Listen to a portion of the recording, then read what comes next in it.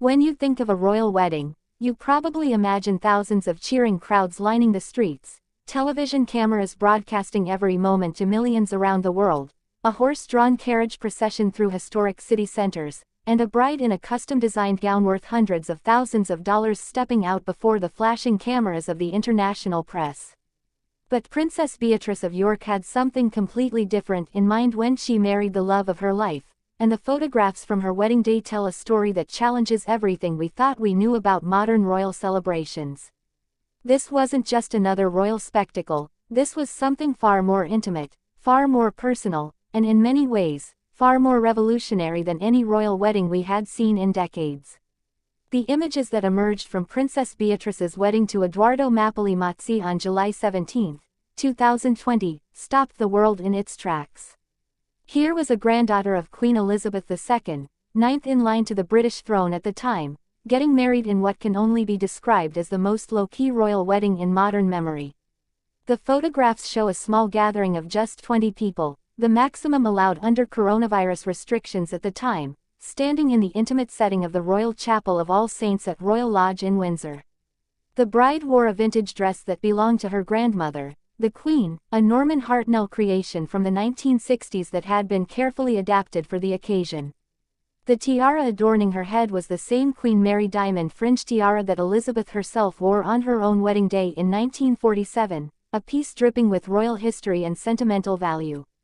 Looking at these photographs, you can see genuine emotion radiating from every face.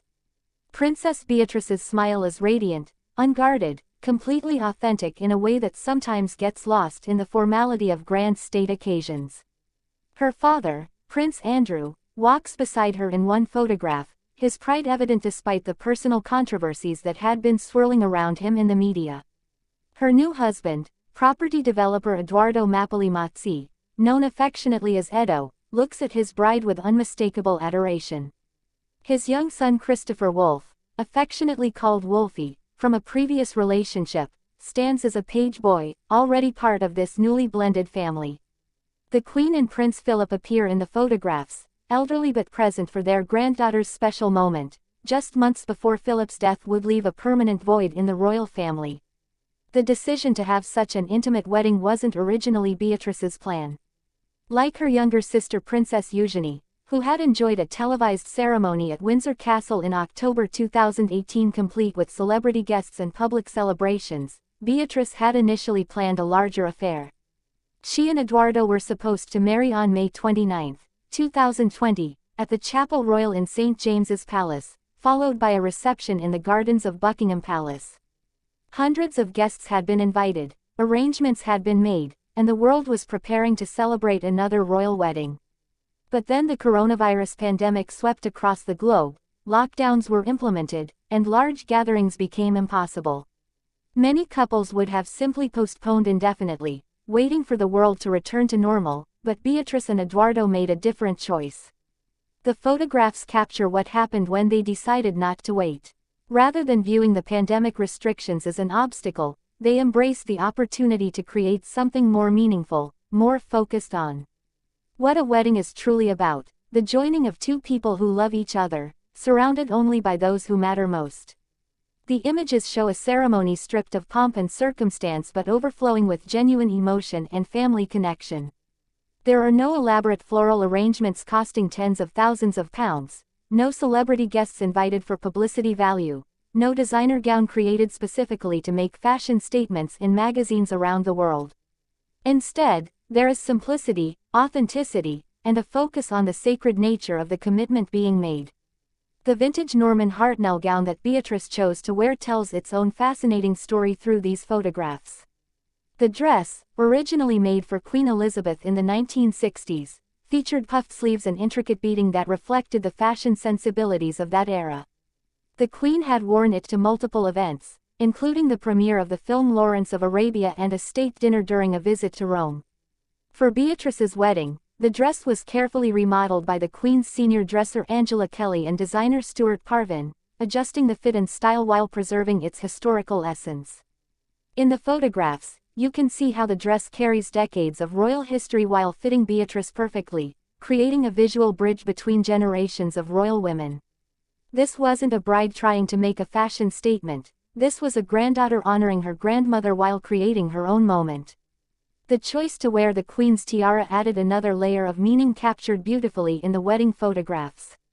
The Queen Mary fringe tiara has an almost mythical status in royal jewelry collections. Made from a necklace that Queen Mary received as a wedding gift, it was worn by Princess Elizabeth on her wedding day in 1947 when she married Philip Mountbatten. The tiara famously snapped just 2 hours before that ceremony, causing a moment of panic before the court jeweler managed to rush it to his workshop for emergency repairs. Decades later, Princess Anne also wore it for her wedding to Captain Mark Phillips in 1973.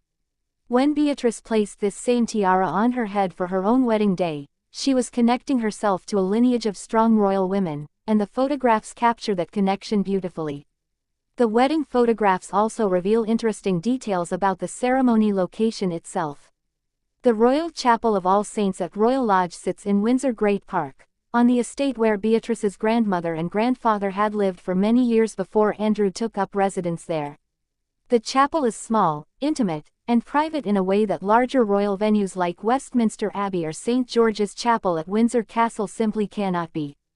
The photographs show wooden pews, traditional ecclesiastical architecture, and an atmosphere of quiet reverence rather than grand spectacle. This was a space designed for prayer and reflection, not for television cameras and massive audiences, and that quality comes through powerfully in every image. What makes these photographs particularly compelling is what they represent for the future of royal weddings and royal celebrations more broadly. For years, there had been an unspoken expectation that senior royals, or even those relatively close to the throne, would have large, public weddings that allowed the nation and the world to celebrate with them. Prince William's wedding to Catherine Middleton in 2011 was watched by billions worldwide. Prince Harry's wedding to Meghan Markle in 2018 similarly captured global attention. Even Princess Eugenie's wedding, though smaller in scale, was televised and public. Beatrice's wedding. Photographs show a different path entirely, one that prioritizes personal meaning over public spectacle, family intimacy over national celebration, and authentic emotion over carefully choreographed moments designed for television. The timing of the wedding, during a global pandemic when the entire world was grappling with isolation, loss, and uncertainty, gave these photographs an additional resonance. Millions of people around the world had been forced to cancel, postpone, or dramatically scale down their own weddings and celebrations. Birthday parties were held over video calls, funerals were attended by only a handful of mourners, and life's major milestones were marked in muted, restricted ways that felt inadequate and heartbreaking. When the photographs from Beatrice's wedding emerged, they struck a chord with people everywhere who had been forced to adapt their own plans.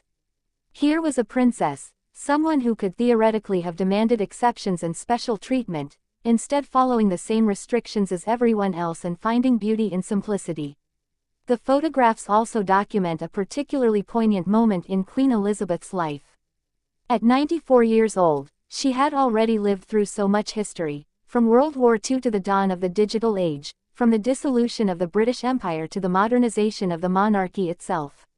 To see her in these wedding photographs, standing beside Prince Philip, watching another granddaughter marry, knowing that this would be one of the last major family celebrations before Philip's death just 9 months later, adds a layer of bittersweetness to the images. The Queen's presence at this small, private ceremony, her willingness to lend both her dress and her tiara to Beatrice, speaks to the close relationship they shared and the importance of family continuity across generations.